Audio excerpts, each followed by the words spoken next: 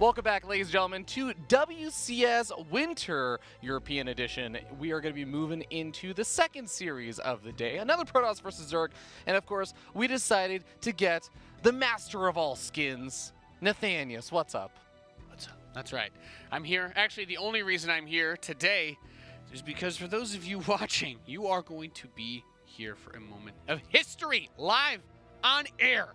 I'm not the guy pressing the button because I couldn't get the security clearance for it. But the final wave of that war chest is coming. And that's right. You'll be able to unlock the rest of the skins. I'm actually, see, you think I'm being paid to plug this, but I'm extremely excited. I'm already ready. I've got everything set up. I've got my laptop in the green room. We have a countdown timer going for when this is going to unlock. I am also going to become the first commentator to unlock his whole entire war chest phase by watching himself cast while casting. That's actually pretty great. That's right. Tastosis won't have that on me. I'm going to get my whole... I'm going to go home and have every skin unlocked just by having my Twitch account connected to Battle.net. I'm pretty sure you can even do this from mobile as well. Yeah, you can do it from mobile as well. Maybe I will try and beat you to the punch. Boom. No. No? All right. Of course, guys, go ahead and click on that extension if you guys are interested. And there are awesome war chest skins available, such as the Gateway Nexus, Hatchery, all that good stuff. But I'm especially excited. The Tech Lab skin is what you're going to be able to get. That's one of the Terran ones. Sensor Tower, but of course the Fusion Core.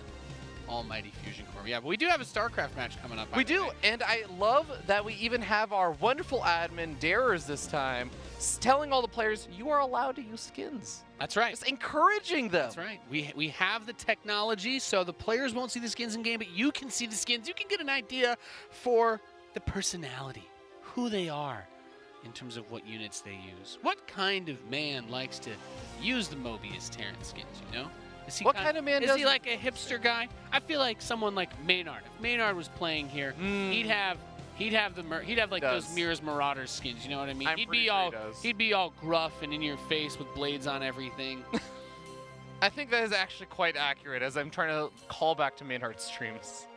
Yeah, he's a very heavy metal guy. All right, well, we're going to be starting on King's Cove for game number 1. Not a map we get to see super often.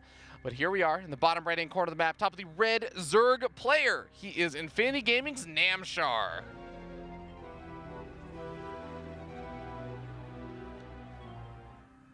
We've had some really fun ZVZs in his group getting here. He's up against our blue Protoss player in the top left, playing for Team Liquid. He's MaNa.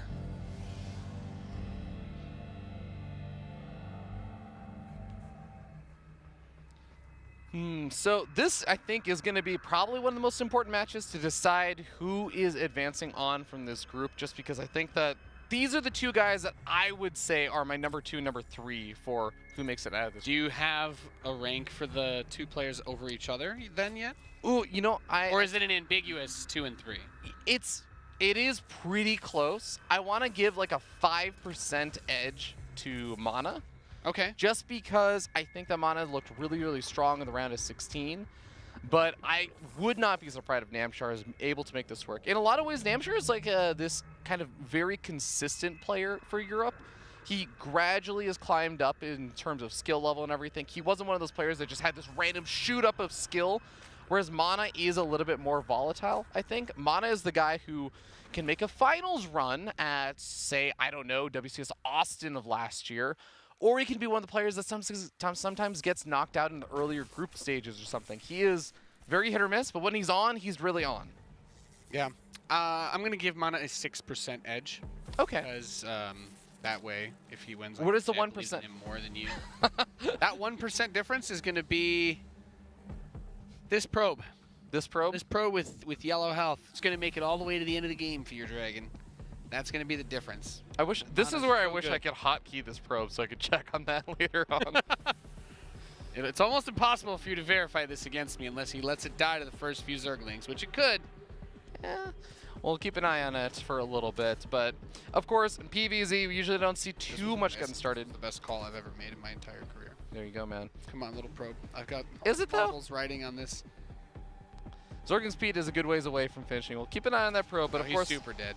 So. Yeah, King's Cove, one of those maps where you do have to wall off in kind of weird ways, Protoss, and yeah, that probe is very dead. I'm following him on my. What did you say you bet again? 1% of my 6% confidence in MaNa. Oh, okay. Okay, now MaNa has a 5% chance. It's 5% above, I would say. Lost all faith. It's a 55-45 matchup now. It was 56-44, but not anymore. If he gets his Overlord, is it back up to 6%? Yeah. Okay. But he'd have to build a sentry to hallucinate for that, and that would delay everything too much. And that would actually drop him down to a 4% lead. So I don't Yeah, because good point. He didn't actually go for the Stargate opening. He went for the Robo. We don't see this, by the way. So this is, I would say, something different. Cool, interesting. Maybe he goes for a fast robotics bay if he doesn't have anything else coming up behind this tech-wise. He's going to get an Immortal. Okay, does You go for usually want some sort of supplementary technology with this, though, like a Twilight Council. Yeah, I mean, there are some kind of cheeky Sentry Immortal, very quick pushes that you can go for, as well as even just some Charge Lot with like one Immortal attacks. But usually you're not taking the gas guys if you're going to go for the Charge Lot attack. There's the Twilight Council finally being added on just a little bit later. When is MaNa actually going to go for the Warp Prism?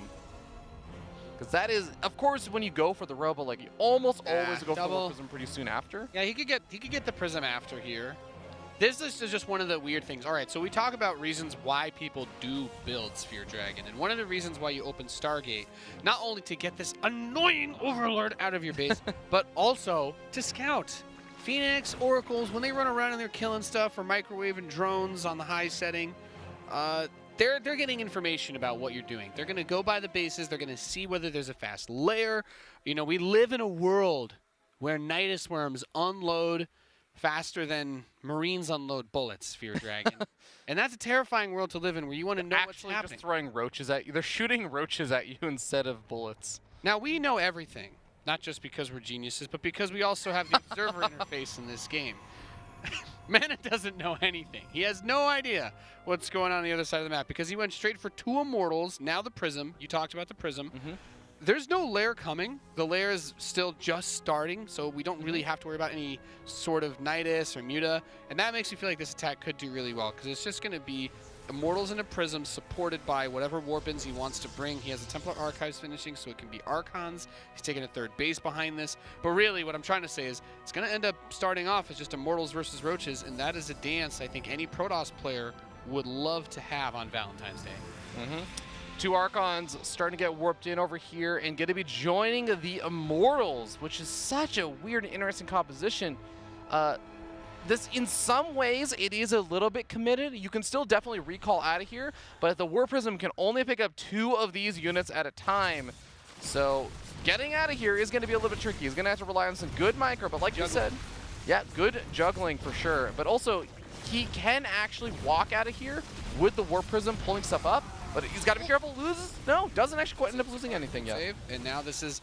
Now, keep in mind, we talked about that lair being late. Other applicable pieces of that, no roach speed. Yep. So he can't chase off. We talk about how he can only lift up 2 of the units. He can't actually chase those units off creep. It doesn't work. So that means MaNa gets to keep everything safe. He's got a shield battery at the third base, a couple of adepts there. Charge coming in, plus 1 more Immortals, another Sentry. I do like this. I do like seeing a bit of this mix-up. You talked about how MaNa had that semifinal result. He kind of did that off of playing a little bit differently. Back then it was, he used a lot of stubble Stargate builds versus Zerg, if I recall correctly. Yeah. But that's one of the nice things about MaNa, is he's one of the older players. He's going to beat you with experience and kind of game sense plays, rather than doing some ridiculous strategy that relies on having 1,000 APM, like someone like Raynor would do. That is a really good way of describing it. We do see Raynor moving in with his Overseer, just getting a scout out off and everything, seeing the 5th and 6th gas guys, are seeing the probe saturation, confirming that it is just the Templar Archives, probably going to be, well, actually not researching Storm just yet. So just going to continue to focus on getting up a lot of charge lots, getting up all of his gateways, and getting up his weapon upgrades instead with a handful of Immortals. Yep. I like this. I mean, he's kind of doubling down on this composition, but anything that could effectively deal with it is still very far away because of the Roach opening. And Roach speed is done, sure, but there's more Immortals, there's more Archons, and especially with charge finishing and +1 about to close up, Zealots, there's not a great answer for them. Like, there's more than enough to plow through the Roaches, but this is one of the reasons why you see a lot of Ling Bane Hydra compositions that can really shut this down. can Namshar afford to get out enough units to even defend this 4th base? I don't think so. Yeah, the Roaches are not quite grouped up just yet, and it looks like he's just going to almost abandon ship on this 4th base. Yeah, It does immediately get canceled. Can't save it. Now Ravager is going to morph in. A lot more Roaches are coming, and the Zealots have not really been added in a significant number just yet, so there's not too much here to meat shield for these expensive units. Hydra start popping out. That's going to be helpful in trying to snipe off the War Prism if it gets a little too far forward, but MaNa pulls that back. Okay, this is really big. First wave of Zealots getting added now on top of this. Hydralisk on the right side trying to get through here. That hatchery so exposed. He almost focus firing it down as the drones try to run away Fear Dragon. The War Prism still sitting very, very healthy, juggling more and more of these Archons. The Immortals take too much damage. Another Archon getting pulled back. The Immortals plowing through the Hydras. The drones are starting to go down. And I think that MaNa has been able to cinch this first game. GG, well played out of MaNa. It's interesting, right? Namshar kind of gets, I guess, I just didn't see it. Did he get a second Overlord in and see that robotics facility early on? His strategy seemed, it was just like he did the worst possible thing without maybe realizing it, whereas MaNa did the best possible thing without maybe realizing it. I feel like there's some research that goes into that where MaNa can say, I'm not going to have a Sentry. He didn't go for a Sentry, so there's no hallucinated Phoenix Scout. He went straight into Immortals and then a no Prism. Stargate. So yeah, no he Observer. didn't really have any real scouting. His only scout was that probe. There you go. That 1% difference that the probe makes, even though it died. Sounds like more than 1%. Well, that was literally the only scouting he did that game, so maybe it's a 2% probe. Really, really well done by MaNa in that first game, and clean execution, kept the War Prism alive. I mean, some of the things that could have gone wrong, and maybe Namshar gets a snipe off on the War Prism, or you miss juggling some of the Archons and the Immortals or something. Namshar is able to maybe hold on there, but MaNa just executes it cleanly. And on top of everything else you were saying, the builds really, really worked out well for MaNa. So we'll see how things go game number 2, because it's one of those things that is not usually how a lot of players open up. That's not. That's like a scenario that feels very odd, right? Because I think if you're Namshar, maybe what you're expecting is a Stargate build, and you're saying to yourself, "Well, I can do like a Roach shove or counter of some kind while the Phoenix harass begins, or what have you."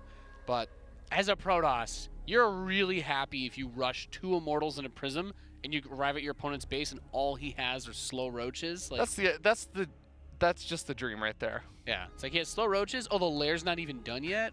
Yeah. So I don't have to worry about getting Nidus while I'm doing this. I don't have to worry about Mutas all of a sudden showing up. No, man, we're Gucci. Yeah, Namshar is also a bit of a kind of funny player, because I feel like Namshar sort of has his style, or like the way he'll play. And it feels like while he does mix things up every so often, he's one of the players that I think is more likely to just kind of go for the same style lots of games in a row. So I wonder if this is also something that MaNa, in the preparation he's had over the past week, thinking like, okay, I have to beat Raynor. Raynor's a really tough ask, but maybe he can still do that. But then Namshar is going to be such an important player to try and be able to beat. So doing some extra preparation, maybe seeing how Namshar plays, and then kind of catering some builds and that style maybe a bit to Namshar. We'll see if it is something he decides to repeat in game number 2. Maybe MaNa just keeps doing weird stuff and keeps winning because his opponent has no idea what's going on as well. That's always an option. Yeah. It's my favorite option, personally, just doing insane stuff and your opponent not being able to make any good analysis. That's how I play, at least. If you don't know what you're doing, your opponent sure doesn't. We're going to be starting up here at the top left-hand corner of the map. Top of the blue Protoss player on Kairos Junction. He is Team Liquid's MaNa. The most appropriate color being blue. He's up against a Red Zerg player in the southeast. He is Namshar. Metagaming is super important for your Dragon with the strategies. You know what I do these days? When the Overlord flies into my base, I build the fusion core right underneath it. And then you know what I do? I build a second factory in my natural and just mass Hellions while 10 corruptors pop out at 5 minutes and 20 Hellions run in. That's beautiful. Yeah. That's 300 IQ thinking there. There was a build I used to do where I would actually proxy the Dark Shrine outside of their natural expansion. Because it's like... I'd do it from a cannon. It'd be from a little sense. Yeah, it would be from a cannon rush container or something. And if I didn't break them, I'd put the Dark Shrine there, right in front of their face. Because if you're a Zerg player, the first thing you'll think is this a BM move? Are they just like Definitely. are they just trying to like mess with me? And the second thing is maybe they think this is like a safe place because all of their photon cannons are there. But then it's just fun. Isn't a Dark Shrine the highest building hit point per space you can make, though? Right? It's the only tech structure that size other than the Spire. Does a Dark Shrine have pretty more health tanky as than well. the Spire? I believe so. I think so. Dark Shrines don't go down Do that some fast. research. Spires have, I believe it's not 850 or 900 health. Because you used to be able to kill them with 3 Yamatos. But I love that is how that's my math. You I can't measure do it anymore. through Yamatos. All I know is 3 isn't enough anymore. I've lost a lot of games because of that. Yeah. We do have Zergling speed on the way here for Namshar. His Cybernetics core is starting up for MaNa on the other side of the map, alongside that Nexus finishing up. Zealot actually going to be made over here. That's a bit interesting and different. Yeah, so he's already starting to think about how he wants to set up that defense in terms of blocking off with the wall. Also, these 2 Zerglings are going to run by for Namshar. So he's going to be able to get some good information inside of the main base of MaNa. Unfortunately, it may be hard for him to stick around long enough to see what tech comes out, but he has the Overlord watching in the natural. Well, So if you really want to keep this Ling alive, because if he doesn't build the tech in the natural, this Zergling is the only way to know what he builds in the main. And one of those other cheeky Lings slips down, Probe gets hurt. Gets 2 probes, 1 in the main base, 1 in the natural. The probes in the main base. Ooh, and snipes that final one. So Yeah. 3 kills overall. He does lose the Ling in the main. If he builds the tech in the main base. But Like, if you even can keep though- that Ling alive, it's a Stargate. Yeah, the scout, of course, would have been really nice, but this is still really good damage. 3 probes for 4 Lings. Dos Stargatos, here we go. Fear Dragon. Oh boy. Oh boy. I love this build, by the way. This build just leads to insanity almost every time you see it. Yep, Namshar, though, is going to be moving in with the Overlord, and it looks like it's going to be a suicide run to see not only the gas guys get the scout. Yeah. By the time, it's going to, the Stalker's about to pop with Chrono Boost, but I don't think it's going to be able to kill in time. The Overlord is on a direct rally path to see both of the Stargates. I'm just gonna say if it was a Pilot Council going down. If it was another robotics facility build, I think he's not going to cancel either. he could have kept the Overlord alive a little bit longer if it was a robo and he had the Ling in there. I'm just saying. Is he going to cancel on the Phoenix? That's a 1% Overlord right there, Fear Dragon. No. Okay, here we go. Zealots taking some damage here. Gonna try and build a shield battery. The probe. Walls off. Just in time. Yep. Still, the Lings don't take that much damage from that Stalker, so getting some good damage done. And I think actually he poked far enough forward that he saw the Twilight Council. Yeah, he saw the Twilight Council building. You got to be really careful in this situation, right? Ling floods are definitely something to keep in mind as you move your Phoenix across the map. It's one of the reasons why you will see Protoss players open up with those Oracles. With double Phoenix, you're hoping to have quite a bit more power. But look at this Fear Dragon. It's resonating glaives behind it. So this looks like it's just going to be some sort of insane big Phoenix, big Adept push. Maybe a fake third or no third base. Yeah, this is a really, really cool kind of style that you can go for. I remember Protoss players used to do this stuff a little bit more often, but definitely fit it off. Makes me think of like the old Neeb builds. He would just dumpster. Like his first year, like when he came into power, he was just dumpstering people left and right with big Adepts. So this is going to get very, very interesting very quickly because the Phoenix are going to move forward, and it's very likely that they're going to dive into the natural is what I want to say. They got pushed back. The Queens zone out the Phoenix, and look at where he's leaving the Queens. He's leaving the Queens close to the Nice Room so he can zone out the Phoenix. So he can jump straight in. Now here's my question. We have Lings running, but I don't think he has an Overseer, so he can't get vision. No, he's just going to put that Nidus right in his face, and MaNa immediately sees it. He's going to bring everything over to try and shut it down. I feel like I guess it's hard to get an Overseer. You don't commit to this, right? No, it's hard. He's going to do it. Oh my god, well. There's the transfuses. Unloads so fast. But is there enough behind it? It's just Queens. Yeah, there's actually nothing else in it besides Queens. I'm really confused right now. I've been to the VNet forums, but Queens aren't that good. That's gonna get cleaned up. I guess I'm traded all of his Queens for a Phoenix. I'm most surprised because I know he did have another Nice Room going up, but usually you just put your Queens back in if you saw that they were all just gonna die like this. This is still hard to deal with because he doesn't have like a safety Void Ray. So the Adepts themselves, now that there's Roaches coming out, it gets a bit tougher.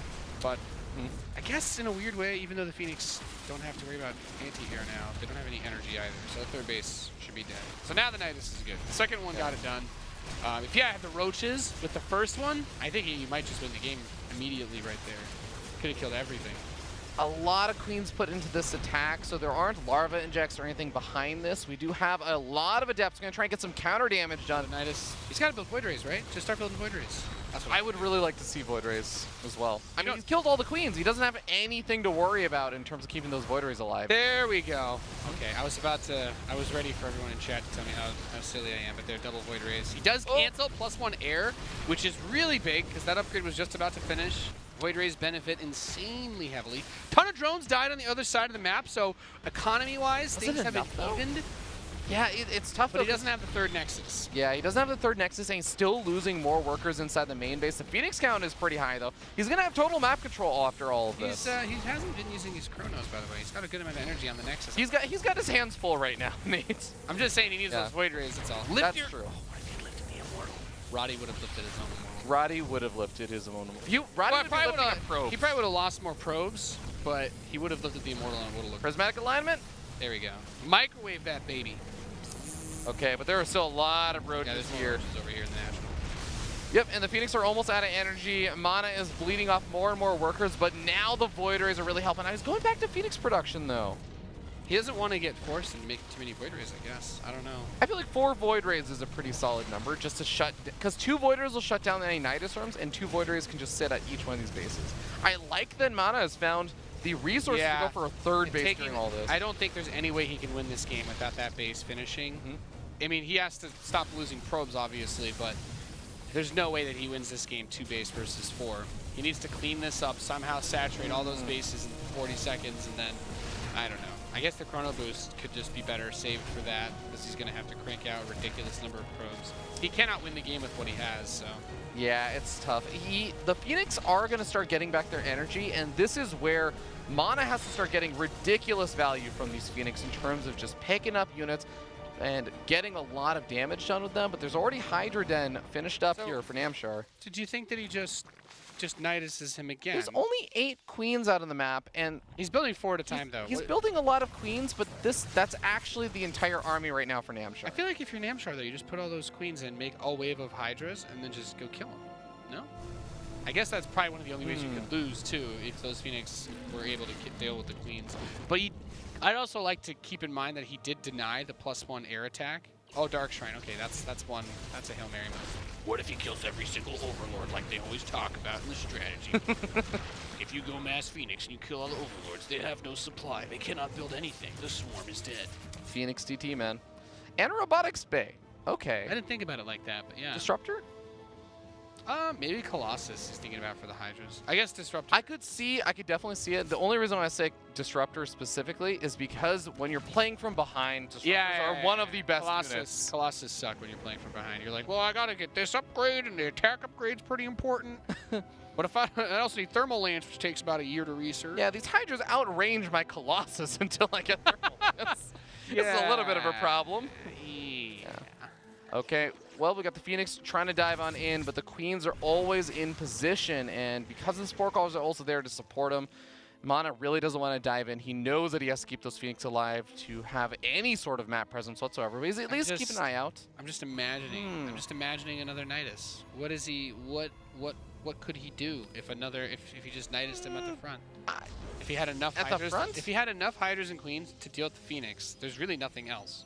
I think the Phoenix are doing a good job of scatting around. He just has an Immortal and 2 Void Rays. I think he would see the Nidus, right? Ideally he would see the Nidus. But then I'll also say that the Phoenix cannot do anything about killing the Nidus, so the Immortal and Void Ray have to get there very fast. The Oracle could probably kill it, because it doesn't get affected by the armor. Oracle could stasis trap and immediately stasis any Queens that pop out. That's true. Oracles are really good versus Nidus now, because their attack isn't affected by the armor. That's actually the nerf that the Nidus Worm got, is that the units unload so fast that not just one Queen will get stasis, the first like 6 units will get stasis. These are the changes we really needed. Yeah. Revelation on the entire army for the most part. So MaNa knows the attack is coming, but what has he actually got to deal with it? Yeah. Ugh, loses the Oracle. Yeah. Remember when I made that joke about how it takes forever to research Extended Thermal Lance? Yeah. Well, if he doesn't attack, then he should be okay. But if he attacks, then he should just die. Phoenix are actually buying quite a bit of time. The Hydra's pulling back for a second, trying to deal with this, but then he's realizing, oh, it's just a handful of roaches getting picked off. I am ready to go for this attack at the third. Here it comes. We have a Colossus with no range, 2 Void Rays versus 1,000 Hydras. And these Hydras are going to be able to completely zone out the Phoenix. They do not want to dive in on top of that. 3 Colossus is going to make a bit of a difference, but still don't have no range. And the Hydras get close, and now the Phoenix are like, so dude, we're going to help out. And then these Phoenix are buying a lot of space. 13 probes, though. It's still 3 base versus 4. And that main base, I don't even know if that counts anymore. I don't know if we're like cheating by saying that main base counts as a base right now. Okay, MaNa is holding off for that one disruptor to come out. And oh no, the probes are actually transferring down and the Colossus get taken out. Namshar is going to be able to even up the series 1-1. That Nidus was good. That was a good Nidus play there. He got so close to finishing it off. I still feel like the first one was a bit of a whiff, but I guess the Roach Nidus was always going to be good just because Phoenix take forever to kill them. And yeah, honestly, I imagine a scenario where that +1 ship weapons finishes faster, and then that Void Ray is going to do a good bit. I don't know the math, but Void Rays attack really fast. They do a lot of damage versus roaches. Yeah, having +1 would mean something a lot. Also, especially for Phoenix, since they attack twice and they're pretty heavily. The armor upgrades for those roaches really hurt the Phoenix damage for sure. Phoenix have a really hard time, and they run out of energy. That's the thing. It's similar to an Oracle in the sense that there is just a point where you have to say, okay, I see that there are roaches there. I see that I'm losing everything, but I actually don't have anything that attacks you right now. I don't have the energy for it. The Void Rays are a little bit more like consistent damage, and they can still follow around those roaches and stuff. So yeah, I'm with you there. It's hard to make those calls. And if like you said, started the Void Ray faster, maybe. Yeah, it's hard. I want to do credit to what you were saying, and also to MaNa, that it's hard to make that call because you also don't want to over-make Void Rays. Void Rays are, if outside of dealing with fast roach attacks like that, Void Rays are one of the, if not the worst units. Yeah, those Void Rays really helped out in the last fight, right? Yeah. And that's not to say that like Void Rays have no place in the game, but like they are not good against Hydras. Hydras are what you build to kill Void Rays, and Void Rays are not good against Queens. Or Queens, yeah. I was gonna say. Unless you're, Void Rays, they're useful, I'd say, in 2 situations: early on against roaches, before you can like build a bunch of gateway units if you open Stargate, and a couple mixed into the Golden Armada are really good. Like if you're playing like Carrier Tempest Mothership, 6 Void Rays is like the ultimate anti-bully force when it comes to corruptors trying to pick off your stuff. I actually really wonder if the first Nidus Storm threw MaNa off also because he saw that so many, it was just Queens popping out, none of the roaches came in.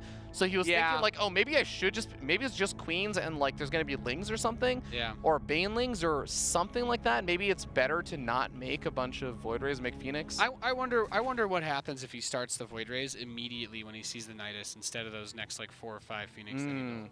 But we'll never know, because that would be an alternate reality. In the top right of new Repugnancy, we have the Red Zerg player tying things up.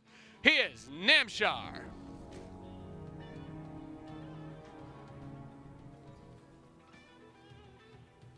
And down in the bottom left-hand corner of the map, we have the blue Protoss player from Team Liquid. He is MaNa. Something those Phoenix did not have a lot of last game. Oh, goodness gracious. Goodness. Who do you think in this matchup has a better chance of beating Raynor moving up? I would say MaNa. I think that MaNa, because again, I think that MaNa is, again, he's spiky player in terms of performance, and when he's on, he's really on. I think that Namshar is a little bit more consistent of a player, and he's good. But I would say that Raynor is just better, usually.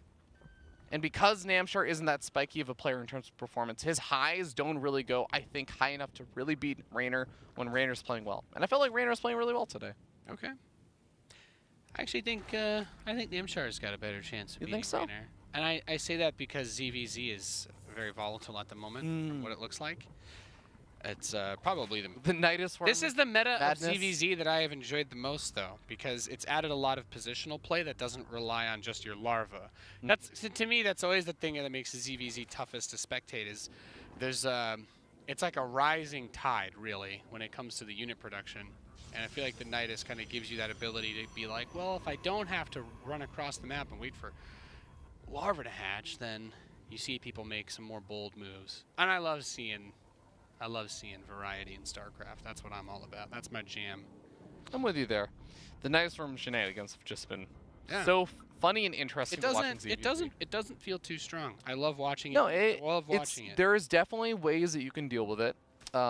But For anybody out there that hates them, just build a pylon or a depot and a ring around your base. You should always have vision of your main. I still think the most ingenious thing I have ever thought of, not just in StarCraft, but in my entire life, is that if you build enough creep tumors, you can completely wall off the area from Nidus. It is harder to do as Zerg, but for the other races, it's actually pretty easy because a Nidus is like the size of a cybernetics core. So as long as you space your buildings out in like a weird way around the edge of your base, they actually just can't build it. It's not possible. Niduses are they're very large actually. Yeah, they are. I mean, they have to be. They're pushing the entire army in half a second across the entire map. So you'd imagine that they're chonky boys. Okay, a little bit of an awkward wall starting up there for MaNa as he ends up having to cancel some buildings and stuff to make sure he still has enough room for the Stalker to get out of there. It's a robo again this time. It's a robo. Also going to point out, no sentry. So, it has the Stalkers. That yeah, you can still get the sentries like after the Adept and the Stalker, because the Adept is there, so you can get some scouting information as well. You can send that out as he's going to do now, and the Stalker's there to push back that Overlord once he eventually gets that high ground vision. But it looks a lot like you were saying that first game is build where you get up the Immortals. Eventually start adding on the Twilight Council, maybe with this probe here. He waited a while to get the Twilight last game, or the first time he did. I think he waited until the first Immortal was done, or something like that, and then gets the second Immortal. Okay, I thought he was going to get the second Immortal first, just because they are expensive. This probe is just sitting outside of like the job boards list, and it's like, what do I want to be when I grow up? What do I want to do right now? I want to warp something in, don't I? Okay. You know what? I'll take over my dad's job as a miner. Got the black lung pop. Okay, that got a little darker. Ooh, okay, double Stargate. So it looks like he was just waiting to try and deal with the Overlord. The second Overlord has Overlord speed. So this is a bait build, right? This is meant to look like the build that he did in the first game of the series. So he's going to be like, oh yeah, he's going to hit me with 2 Immortals. And 2 Archons, but in reality, he'll be building Phoenix and Mass behind the army. Oh my god, this is just actually not supposed to happen. You're never supposed to be in a game or a situation where you get Overlord speed and you don't get a perfect scout off. I mean, he'll get in there eventually, but yeah, this is definitely a well-crafted ruse. If we talk about key differences here, the double Stargate naturally, but we don't have the Twilight, which means we don't have the Templar Archive, so this is just 2 Immortals. I like to call it the shotgun. The shotgun. Yeah. So, of course, like you said, difference is going to be that in the first game, Templar Archives was finishing up, so he was able to warp in those Archons offensively. Namshar is just going to see the Warp Prism moving forward and then say, oh, now okay, are you about to warp in Archons? Waltzes in and just kills the spawning pool and flies out. Like, doesn't really do big anything. Baller moves. It's like you didn't kill the queen or anything, so like really all you did was force me to spend another drone on it, but Lair's already on the way. Yeah. Third base, of course, coming down, and the double Stargate has been making some Phoenix. We're already got number 3, number 4. Usually, when you go for double Stargate, you move out with 5 Phoenix, but because he's kept this so well hidden, and Namshar has invested into scouting, I actually wonder if he's going to wait a little bit longer. +1 air, by the way, so he definitely wants to commit to this. Yep. MaNa for 5 and 6. MaNa, a fan of commitment. It's good. It's a good day to know that, Fear Dragon. You know, he's not going to half this build. We do have a Forged follow-up for this as well. At some point, there'll be a Twilight Council, and he'll get charged and mix that in with all these Phoenix. Having the Immortals is great, too, because, you know, that means that if there were, for example, those Nidus shenanigans, 3 Immortals, you're never finishing a Nidus in front of them. It's not happening. Oh, my God. The Overseer has finally scouted out the double Stargate. MaNa trying to avoid the Overseer for a little bit as He's like, I don't want him to know how many Phoenix I have. It's like, I think he already knows that the double Stargate's there, but is he know how long it's been there, right? Yeah. This could be part of the issue, so maybe he's thinking, oh yeah, maybe this just finished, and he's just building Immortals, and he's going to attack me still. Oh, this is really cute. The Immortal's going to draw a lot of the units over to the main base. The Queens are going to be down over by the third base trying to deal with the Phoenix. And the Spore Caller, I think there's only one Spore Caller right now. Yeah, this is a little bit tricky because the +1 air is not done yet, so those Queens have been holding on a lot. And the Immortals are still inside the main base, getting it done. The Roaches just making their way across the map saying, well, we're not too useful here outside of maybe helping out with the Immortals, but the Hydra's going to try and deal with that. The Warp Prism taking a lot of damage. It is going to get taken out with both Immortals inside. This was actually a key part of the defense that MaNa was going to be relying on. All right, I got all these Immortals to deal with the possible Roach counter. Oh, wait. Ooh, force field out a lot. Those are solid, actually. Grabs a couple of those. +1 for the Phoenix. It's going to finish soon. I think he'll have held the attack by then, but... Yeah, he's pretty much got this at this point. A really good defense there. Those force fields really saving that one Immortal, something that I'm sure Namshar would like to shut down that count of. And now Namshar's in this awkward position where he's trying to commit across the map with all the Hydras, trying to get some damage done, and killing off the Warp Prism with the Immortals. Really, really good. Does, of course, again, really reset MaNa's ground army a bit. But is he going to be prepared for the next transition where the Colossus production has already begun? The second Robo's on the way. Thermal Lance is starting. And Namshar's just got Hydras, basically. Yeah, it's going to be interesting to see what he can do here. He's going to grab an Overseer for a Phoenix. Not the best trade deal. We do have the Extended Thermal Lance being researched, the second robotics facility, that Twilight feels very late. I don't know. When I play Protoss, I don't feel comfortable without charge. So he's made it a long way in this game without that. I think the Phoenix are in the main base, just kind of cleaning up. Is there not a Spore here? What? What if he just killed all the Overlords? What if all of the Hydras forget that they were alive? And then he kills all the ruin this for me. All right, that's a nice recall in the Hydras. I saw Roddy do it on his stream once, and it was the most satisfying thing I've ever seen in my entire life. That used to be the best. There's an achievement. 12+1 Phoenix, just killing 10 Overlords. There's an achievement in StarCraft that you have to beat 4 very hard or like the elite AIs. And one of the best ways that you used to be to go do that was you go and spawn on an island map. Yeah, and then you just the go island on that one lava map. One base, double Stargate Phoenix, and then you just kill all the Overlords. You force all your opponents to be Zerg. I'm glad that you've gamed the system for that achievement. I did not earn that achievement. Smart. We do have a large number of the Phoenix sitting in the bottom right, where they're not going to be that useful, helping out versus this attack at the top left. Nexus finish? Ooh. Yeah, Thermal Lance is about to finish up. Oh god, the Hydra flank though is going to be a problem. You know what? It's only 8 a.m., but I'll take that hoagie. He's getting sandwiched crazy hard here. These are good force shields. He's almost doing some good damage to that. Dead. The Phoenix are here. They have tons of energy, but there's only just that one Immortal to anchor this. And yeah, man, oof. Can you imagine if those Colossus had a Warp Prism still alive? Hey, there's a Warp Prism now. So he might be able to hold on over here. He's wishing he had that Dark Shrine from the last game again. That would be useful. Ooh, careful. Careful now. Got the Warp Prism. Gonna use that high ground advantage as well, since there's no Overseer or anything over here. He's got 17 more Hydras on the way. With some good Warp Prism micro, I think he can maybe keep his army alive. But the fourth base, I just don't see I was how gonna keeps that say alive. this actually could go well for MaNa if the Hydras kind of just derp around the front and don't do anything and just wait for the. I don't think Namshar's gonna do that. But going back to kill the fourth base was really important. Now he knows for sure that even if his army gets wiped, he's way ahead still. Yep. And the army's still here. Oh, stopping a third Colossus from popping on out. The Disruptor coming out of the other power one. with the Prism real quick. Those Roaches could even right-click down the robotics bay. Just prevent any additional Colossus or Disruptors from coming on out. I feel like I'm watching Wings of Liberty. This is actually a really weird engagement here for Namshar because it's getting a lot of worker damage done, which is This map good. is so good for defensive play, by the way. You couldn't pull this off on like Port Alexander. Absolutely not. Oh my god, that one Hydra's killed 3 Phoenix, I think. There we go. Finally killing it off. Oh my god. One Disruptor. The whole Disruptor shot on one Roach. Okay. Yeah. Bold strategy, Cotton. Well, I think he had to get rid of that Roach somehow. He's got a fleet bacon on the way now, too. This is desperation moves. He's lost a lot of his economy, not just his fourth base, but he's down to 48 workers, now going up to 50 with some workers finally popping on out. But at the same time, Namshar taking a fifth base, got a Hive on the way, got a Spire on the way. Namshar really getting the damage done there after that Warp Prism pickoff. Yep, he's feeling good. The lurkers are coming, though. 6 of them. That's going to help a lot against the ground army.